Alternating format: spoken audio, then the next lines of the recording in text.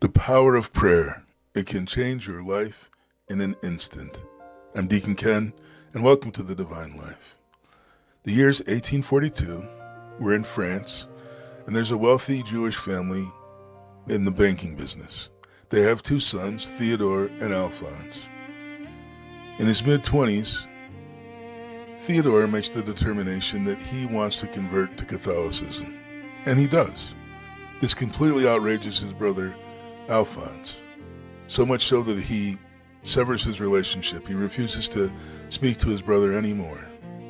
He has friends who are Catholic, and Alphonse mocks the Catholic faith with his friends. It tells them how wrong it is.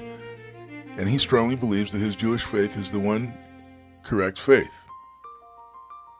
So one day, one of his friends who he has been mocking and making fun of the Catholic faith to suggests to him a dare. He says, I challenge you to put on this Miraculous Medal, go in the next Catholic church, and pray a Memorare.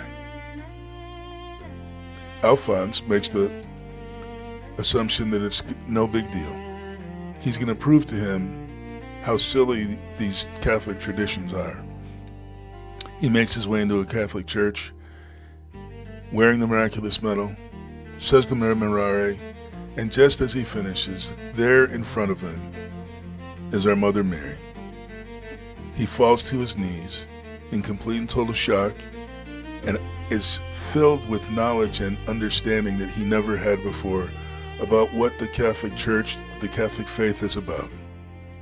Mary departs, and he's left there in tears. That's how his friend found him. He was so moved and so overwhelmed, he immediately converted. 3 days after that experience, he was baptized. A few years later, he was ordained a Catholic priest. The power of prayer is much more than we believe it to be. Just ask Saint Monica. She prayed for years for her son, who became Saint Augustine, to convert, and he did. Who in our family, friends, and circle of influence do we know who's walked away from the faith? Have we prayed for them?